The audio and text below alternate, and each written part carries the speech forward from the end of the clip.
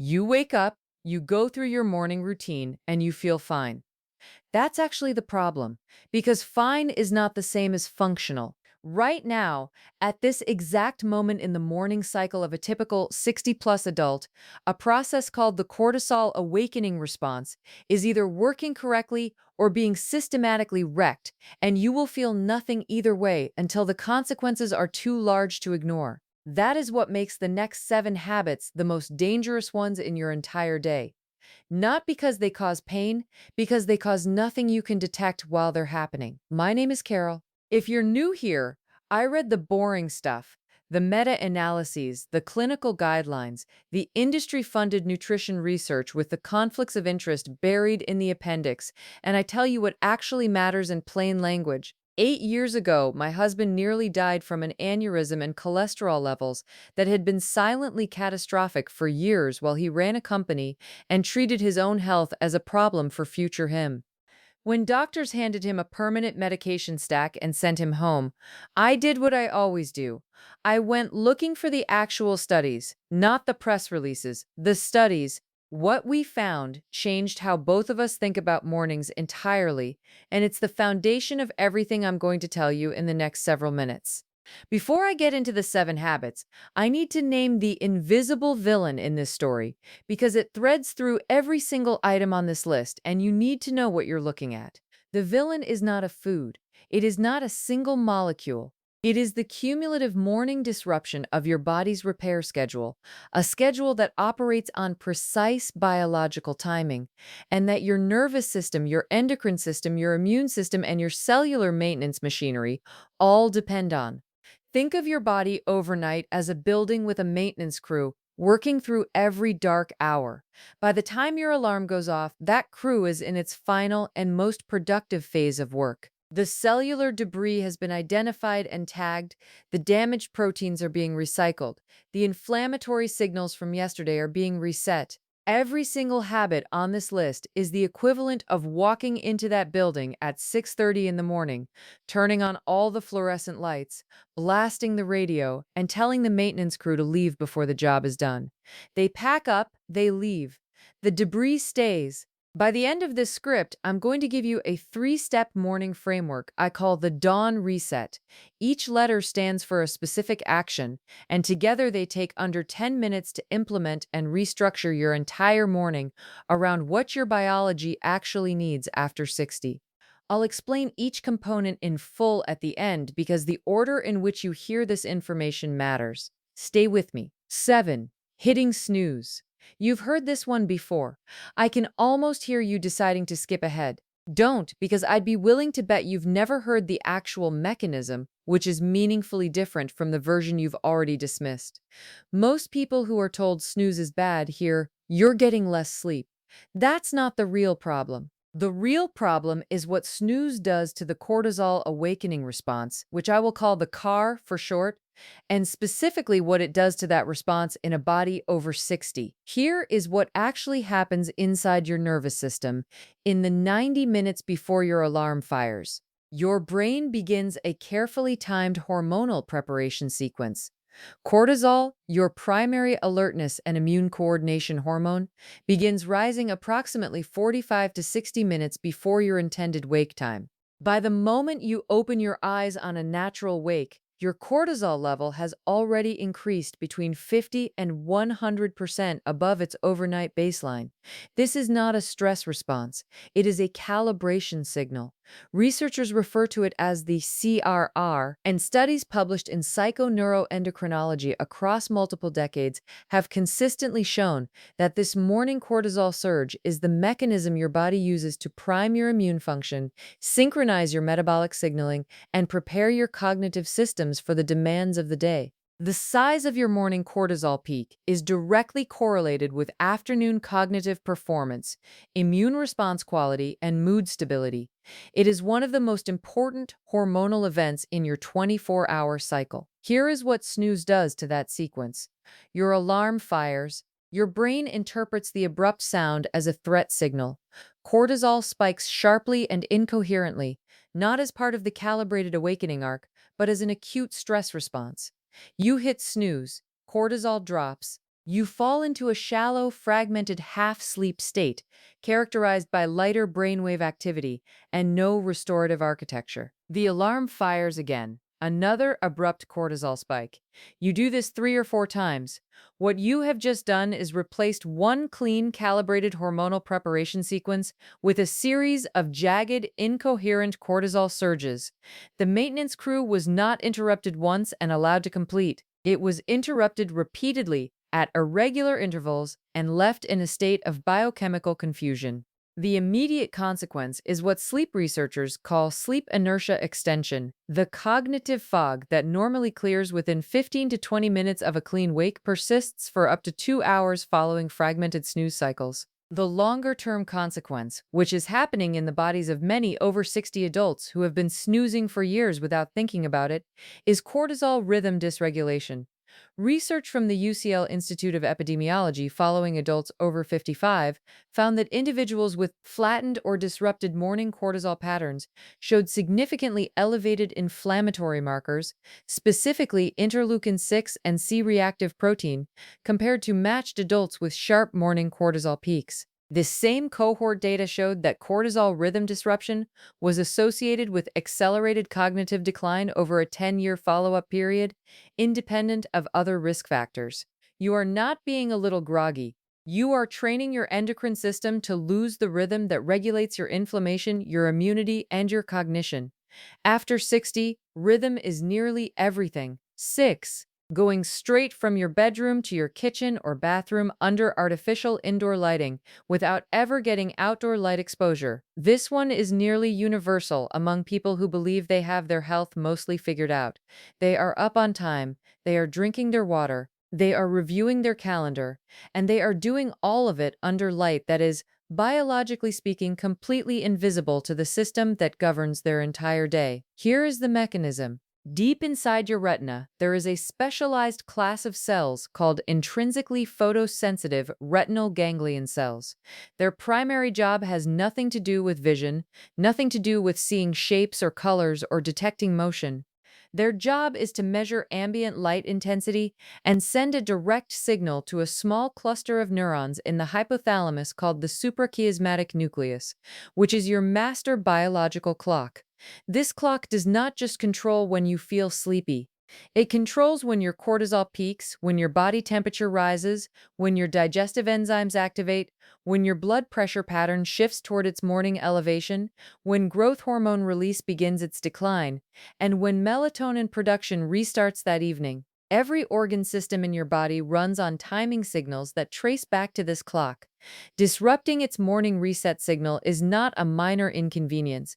It is like removing the conductor from an orchestra and expecting the musicians to stay in sync on instinct. What activates those specialized retinal cells is bright, short wavelength light at roughly 460 to 490 nanometers, which is the spectrum dominant in natural morning skylight. Outdoor morning sunlight, even on a moderately overcast day, delivers between 10,000 and 30,000 lux of total illumination, with strong representation in this activation range. Indoor artificial lighting delivers between 100 and 500 lux under typical home and office conditions, with spectral profiles that depend heavily on bulb type. This means that spending your entire morning indoors exposes your clock-setting retinal cells to roughly 1/20th of the signal they require to fire a meaningful reset.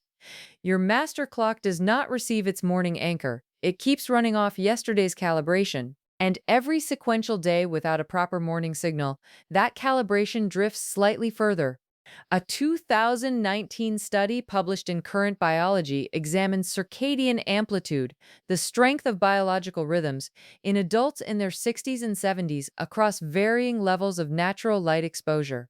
Participants with low morning light exposure consistently showed flatter circadian rhythms, lower cortisol peaks, impaired glucose regulation, and significantly worse sleep architecture compared to participants who received regular outdoor morning light, even brief exposure of 5 to 10 minutes. The lead researcher described circadian entrainment in older adults as one of the most underappreciated and most modifiable variables in the aging process. The practical reality is 5 minutes. 5 minutes of outdoor exposure without sunglasses within the first 30 minutes of waking. Not a walk, not exercise, just outside, facing a sky with some light in it. And for those of you about to say you get outdoor light through your kitchen window every morning, window glass filters between 30 and 50% of the relevant spectrum. It does not count. 5. Drinking coffee the moment you open your eyes. This is the most counterintuitive item in the middle of this list because coffee genuinely improves alertness, and most adults over 60 have been drinking it first thing in the morning for 40 years without any obvious negative consequences they could name. The issue is not the coffee. It is the timing, and the specific mechanism behind why timing matters after 60 is something the coffee industry has absolutely no incentive to educate you about. What most people believe is happening when they drink morning coffee. Caffeine provides energy. This is mechanistically inaccurate. Caffeine does not generate energy. It works by binding to adenosine receptors in your brain and blocking them. Adenosine is a molecule that accumulates throughout the day as a byproduct of neural activity. It is essentially a biological measure of how long your brain has been running. And when adenosine concentration reaches a high enough level, it produces sleepiness by slowing neural firing. Caffeine borrows wakefulness by blocking the receptors that would register that adenosine accumulation. When the caffeine clears, the waiting adenosine floods those receptors simultaneously, which is the biochemical origin of the caffeine crash. Here is why timing this badly in the morning causes a specific problem after 60. When you wake naturally after 7 or 8 hours of sleep, your brain's adenosine has already been metabolized and cleared during sleep. Your adenosine load first thing in the morning is at its daily low, which means caffeine in the first 30 to 45 minutes after waking is not meaningfully countering any adenosine because there is very little adenosine to counter. What it is doing instead is arriving in your neurochemistry at the exact moment when your cortisol awakening response is at its daily peak. Cortisol and caffeine both activate overlapping arousal circuits through different pathways. When both are at high levels simultaneously, they do not simply add their effects cleanly. They produce what circadian biology researchers describe as cortisol stacking. The combined signal overshoots the body's intended alertness ceiling, which then produces a more precipitous drop when both compounds clear in mid-morning. This double peak followed by a double drop is why so many adults over 60 feel a notable mid-morning energy collapse between 9 and 10:30 a.m. that they have normalized as aging when it is actually a reversible timing artifact. The importance of this is amplified after 60 because your cortisol awakening response is already naturally lower in amplitude than it was at 40. Research published in Psychoneuroendocrinology found that care amplitude decreases measurably across the lifespan, with the most significant decline occurring between 50 and 65. A body over 60 has a smaller natural morning cortisol peak to begin with. Stacking caffeine on top of that smaller peak does not compensate for the reduced amplitude. It distorts the shape of the curve and accelerates the drop. The result is a chronic pattern of front-loaded alertness, followed by prolonged afternoon cognitive flatness that many adults attribute to aging, but that is significantly driven by morning coffee timing. Waiting 90 minutes after waking before drinking coffee allows the cortisol awakening response to rise and decline on its own natural arc. By 90 minutes, cortisol is descending from its peak, adenosine has begun meaningful accumulation, and caffeine arrives into a receptor environment that is genuinely ready for it. The alertness is cleaner, the crash is shallower, and the sleep architecture that evening is better because you are not compensating for an afternoon energy deficit with a second or third cup that pushes caffeine activity into your biological night. 4. Checking your phone within the first 10 minutes of waking. The biology and the psychology here are inseparable, which is exactly the territory I find most instructive, because most conversations about phone use in the morning focus on the wrong variable entirely. The issue is not how much time you spend on your phone in the morning. The issue is what type of information your brain processes in the first 10 minutes of waking. When one critical region of your prefrontal cortex, specifically the dorsolateral prefrontal cortex, which is responsible for context, rational appraisal, and proportionate emotional response, is still coming fully online. Brain imaging research has consistently shown that full prefrontal cortex activation following sleep requires between 20 and 30 minutes in healthy young adults, and this activation latency is measurably longer in adults over 55, whose prefrontal reactivation is slower due to the natural reduction in neural conduction velocity that accompanies aging. During that activation window, your threat detection circuitry, the amygdala, is running with minimal prefrontal modulation. In plain terms, your brain's alarm system is active, but your brain's context provider is not yet fully operational. Any emotionally charged content you encounter in that window, a news alert about something frightening, a text with an ambiguous tone, a comment section argument, a social comparison trigger, hits your amygdala without the prefrontal dampening that would normally tell it this is manageable, this is not a physical threat, this does not require a fight or flight response. The result is an amygdala activation that triggers a cortisol release on top of whatever cortisol disruption has already been generated by snooze cycles. And that cortisol now sets the emotional tone of your morning before a single conscious, reasoned thought has formed. A landmark study from Duke University's Center for Cognitive Neuroscience identified something particularly relevant to adults over 60. Under normal conditions, aging brains show what researchers call a positivity bias in amygdala response. Older adults weight positive emotional stimuli more heavily and recover from negative stimuli more quickly than younger adults. This is not sentimentality. It is a genuine neurological adaptation associated with life experience and improved emotional regulation. It is also one of the documented protective factors against depression and anxiety in healthy aging populations. However, this positivity bias is significantly disrupted by chronic cortisol elevation.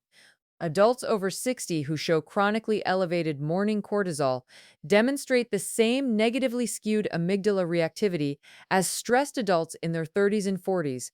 The protective bias disappears entirely under cortisol load. What the phone does systematically when used in the first 10 minutes of waking is dismantle one of the most valuable neurological features of healthy aging and replace it with the stress reactivity profile of a much younger, much more metabolically burdened brain.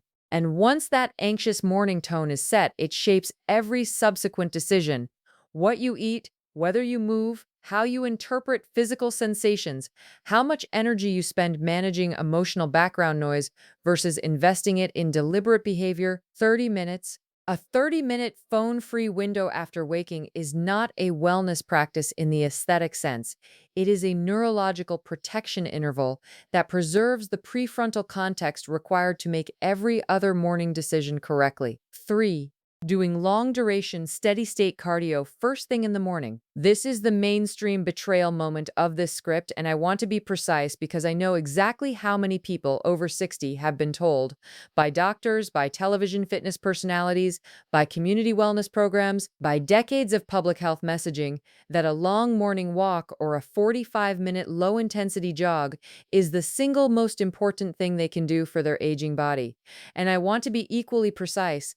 I am not saying cardio is bad. I am saying that a specific combination, long duration, low intensity, fasted, first thing in the morning, over 60, produces a hormonal consequence that a significant body of research has documented and that the general fitness industry has been largely uninterested in communicating. We have been told that cardiovascular exercise is the primary medicine for the aging body. The American Heart Association guidelines, the fitness industry, the mainstream medical community have all pointed to sustained aerobic exercise as the gold standard intervention for healthy aging. And aerobic fitness genuinely matters. The research on VO2 max as a predictor of longevity is robust, and I am not dismissing it. But here is the specific finding that emerged from the last 15 years of exercise physiology research on older adults. A 2017 meta-analysis published in the Journal of Strength and Conditioning Research compiled findings from 14 independent studies examining cortisol responses to fasted morning aerobic exercise in adults over 55. The consistent pattern across studies was that prolonged low-intensity fasted cardio, defined as continuous aerobic exercise exceeding 30 minutes, performed without prior food intake, produced post-exercise cortisol elevations that persisted above baseline for 3 to 4 hours in older adult participants. In younger adult comparison groups performing identical protocols, post-exercise cortisol returned to baseline within 40 to 60 minutes. The authors attributed this extended cortisol elevation in older adults to age-related changes in hypothalamic pituitary adrenal axis sensitivity. The system that controls cortisol regulation becomes less precise at shutting down the cortisol response after exertion. Here is what 3 to 4 hours of elevated post-exercise cortisol does, specifically to muscle tissue in a body over 60. Cortisol in prolonged elevated states activates muscle protein catabolism, the breakdown of muscle protein for energy substrate. Your body begins dismantling its own muscle tissue. In a 20-year-old recovering quickly from a hard workout, this is a manageable cost with fast anabolic rebound. In an adult over 60 who is already losing between 1 and 3% of their muscle mass per year through sarcopenia, the technical term for age-related muscle loss, which accelerates sharply after 65, a daily 3 to 4 hour catabolic cortisol window is working directly against the preservation of the tissue that determines your metabolic rate, your functional independence, your balance, your bone density, and your insulin sensitivity. The research on what actually preserves muscle mass after 60 does not point to long cardio. A 2021 meta-analysis published in Nutrients examined exercise protocols in adults over 60 across 53 studies and found that progressive resistance training produced significantly greater preservation of lean body mass, resting metabolic rate, and functional strength compared to matched aerobic training groups at equivalent weekly time investment. Resistance training activates muscle protein synthesis pathways, specifically mTOR signaling, that long cardio does not. Short, brisk morning movement, 10 to 15 minutes of walking to activate circadian signaling and joint lubrication, remains excellent and I recommend it. But treating a 45-minute fasted morning jog as your primary aging intervention after 60 means you are sending a catabolic signal to the same muscle tissue you are simultaneously trying to preserve. The maintenance crew doesn't need that kind of morning. Now, before we get to the two habits that sit at the center of nearly everything I discuss on this channel, I want to mention something. I had been reading all of this for years. I understood the cortisol mechanisms, the insulin timing, the autophagy research. The studies were bookmarked. I had highlighted passages, and I was implementing approximately none of it consistently because reading the biology of a system and actually reorganizing your daily behavior around it are two completely different cognitive problems that require two completely different kinds of support. I'm a little embarrassed to say the tool I actually needed was sitting in front of me for months before I finally picked it up. My husband, who spent 8 years rebuilding his health after a near-fatal aneurysm and a cholesterol crisis that the medical system's first response to was a permanent medication stack, took everything he had learned about the morning fasting window, circadian timing, and the noon reset and built it into a structured daily companion he eventually made available called the Noon Reset Protocol.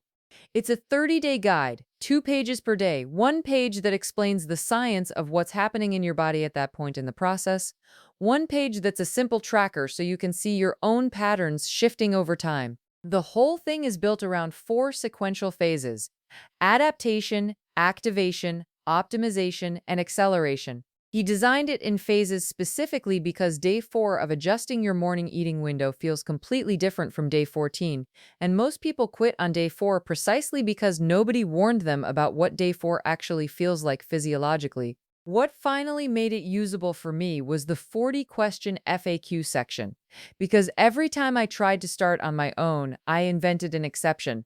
What do I do when we travel? What do I do when there's a family event at 9 in the morning? What do I do when I wake up genuinely hungry at 6:30? Every one of those questions is answered in plain language. No jargon, no listen to your body non-answers. You can find it through the link in the description for less than the cost of a single restaurant meal. My husband built it for me first, and then made it available when enough people asked. Now, numbers 6 through 3 were the context. Here are the two that actually determine the biological age of your metabolic system. 2. Eating a high carbohydrate, high sugar breakfast. Most adults over 60 start their day with something that has been specifically marketed to them as healthy: orange juice, whole grain cereal, toast with fruit preserves, a banana, or some combination of the above. I am not going to argue with the intentions embedded in these choices. These are foods that the food industry, particularly the cereal and juice industries, has spent extraordinary resources positioning as the nutritional foundation of healthy aging. The North American breakfast cereal market invests over $900 million annually in marketing, and a substantial portion of that budget has historically been aimed at older adults through the specific language of heart health, fiber, and natural energy. Here is what actually happens biologically when a 60-plus adult consumes those foods. Carbohydrates. All carbohydrates, including whole grains, fruit, and orange juice, raise blood glucose. The pancreas responds by releasing insulin to move that glucose into cells. In a healthy young adult with strong insulin sensitivity, this is a fast and efficient process. Glucose enters, insulin does its job, blood sugar returns to baseline in roughly 60 to 90 minutes.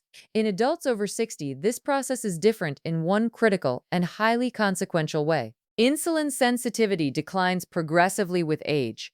Research published in Diabetes Care found that insulin sensitivity decreases by approximately 13% per decade after age 40, with the rate of decline becoming more pronounced after 60. What this means mechanically is that your cells require more insulin to process the same amount of glucose than they did at 45.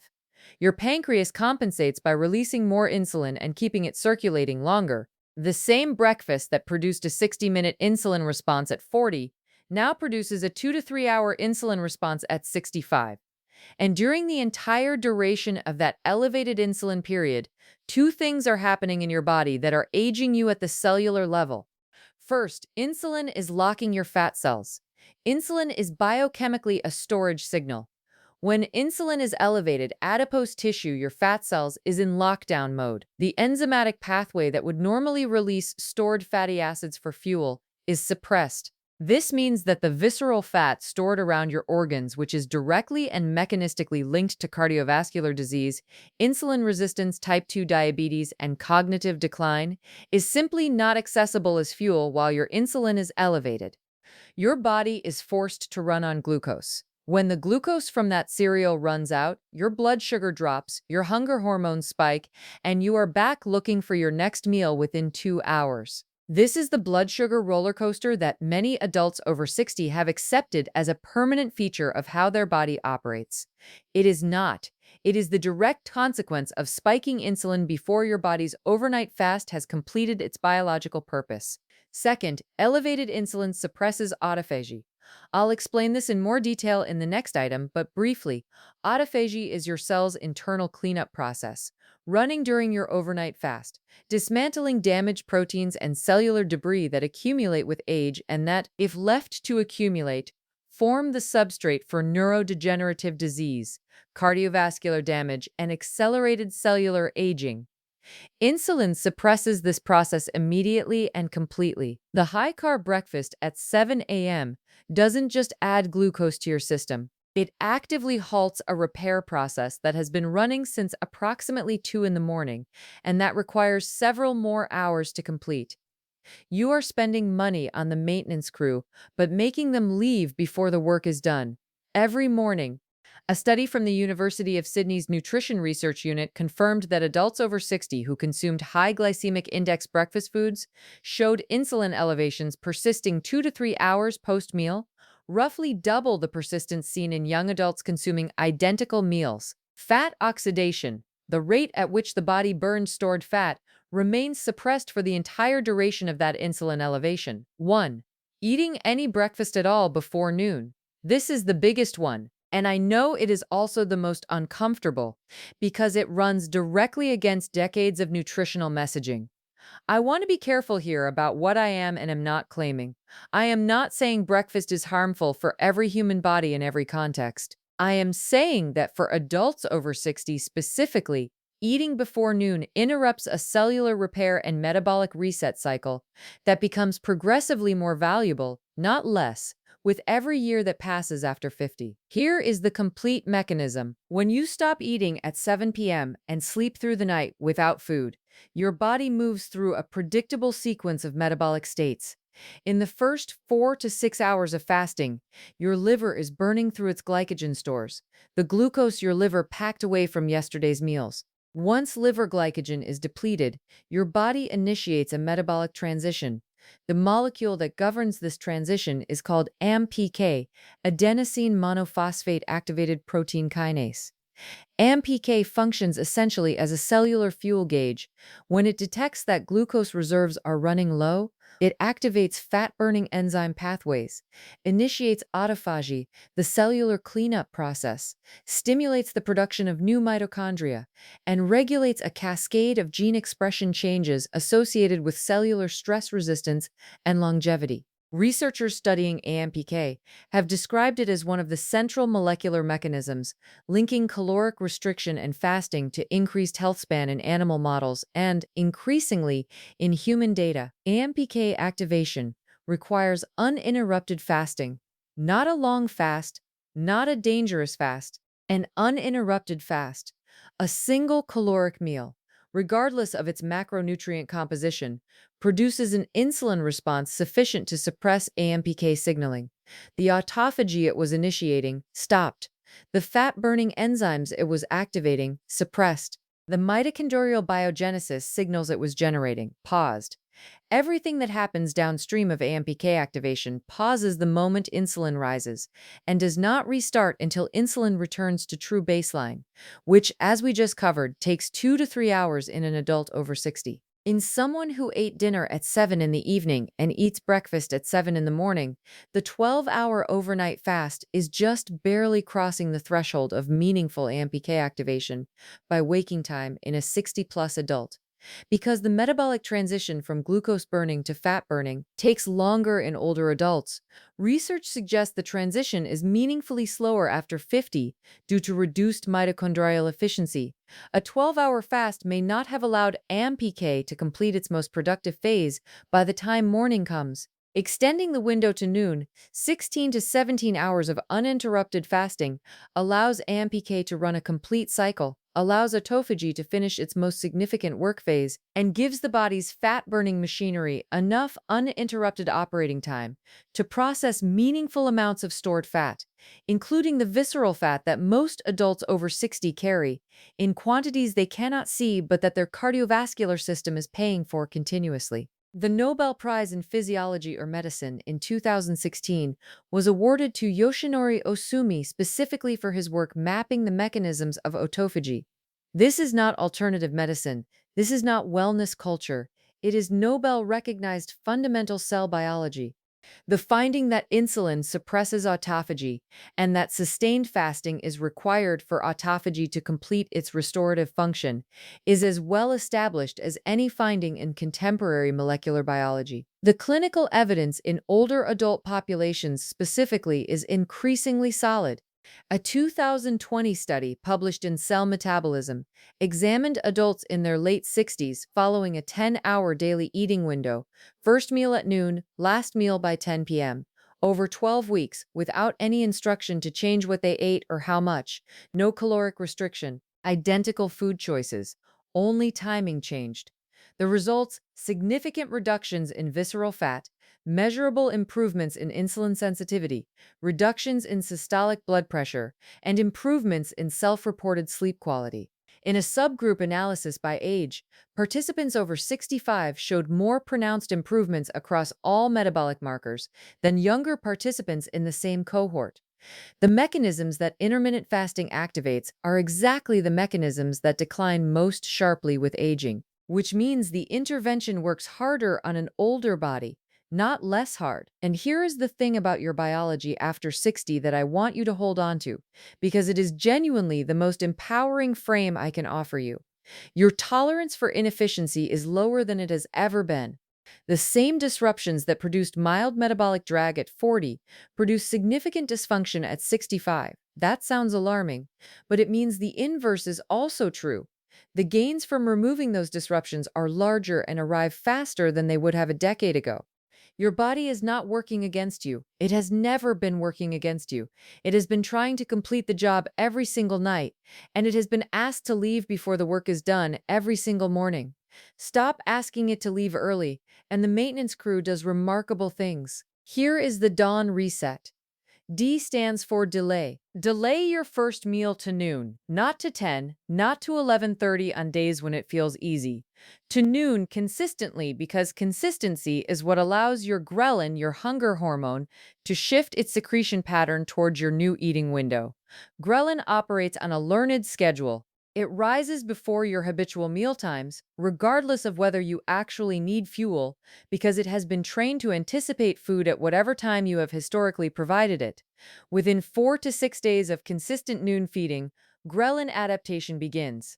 Within 10 days, morning hunger substantially reduces for most people.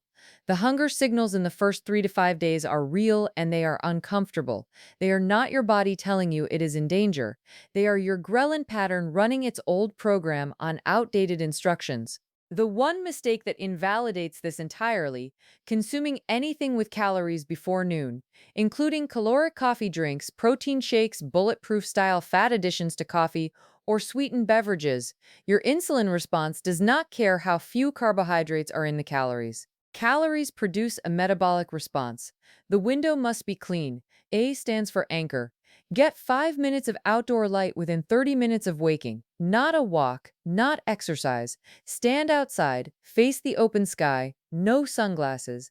5 minutes is enough to fire the retinal clock cells at sufficient intensity to deliver a meaningful signal to your suprachiasmatic nucleus. This one action anchors your cortisol awakening response, advances your melatonin offset correctly for that night's sleep quality, synchronizes your digestive enzyme timing, and starts the entire cascade of circadian hormone events in the sequence your biology was designed to run. Everything else, your cortisol arc, your afternoon focus window, your appetite timing, your body temperature rhythm, runs more accurately when this signal fires correctly. The mistake that invalidates this, doing it through glass, stand outside, overcast sky counts, a window does not. W stands for wait. Wait 90 minutes after waking before drinking your first coffee. During those 90 minutes, your cortisol awakening response rises and declines through its natural arc without interference. Your adenosine has had time to begin meaningful accumulation. When coffee arrives 90 minutes in, it hits a receptor environment that is genuinely ready for it. The adenosine is building, the cortisol peak is past, and the caffeine fills the gap cleanly. The alertness is more sustained, the crash architecture is shallower, and you eliminate the mid-morning double drop that has probably been grinding your afternoons down for years. Black coffee and plain tea do not break the fasting window. They produce no meaningful insulin response. The mistake that invalidates this, skipping the wait on the days when you feel tired, which are precisely the days when your cortisol awakening response is most fragile and most in need of a clean arc to rebuild from. 3 components: delay, anchor, wait. Your body does not need more inputs in the morning. It needs fewer interruptions. The maintenance crew is already there. It has been showing up every night for your entire life. What changes with the dawn reset is simply this: you stop turning the lights on before they're done. If you are starting the dawn reset this week, comment the word dawn below. I want to see who is actually doing this, not just watching. And if the AMPK and autophagy section was the part that surprised you most, because it surprises almost everyone, subscribe because that level of mechanism is what this channel does every week.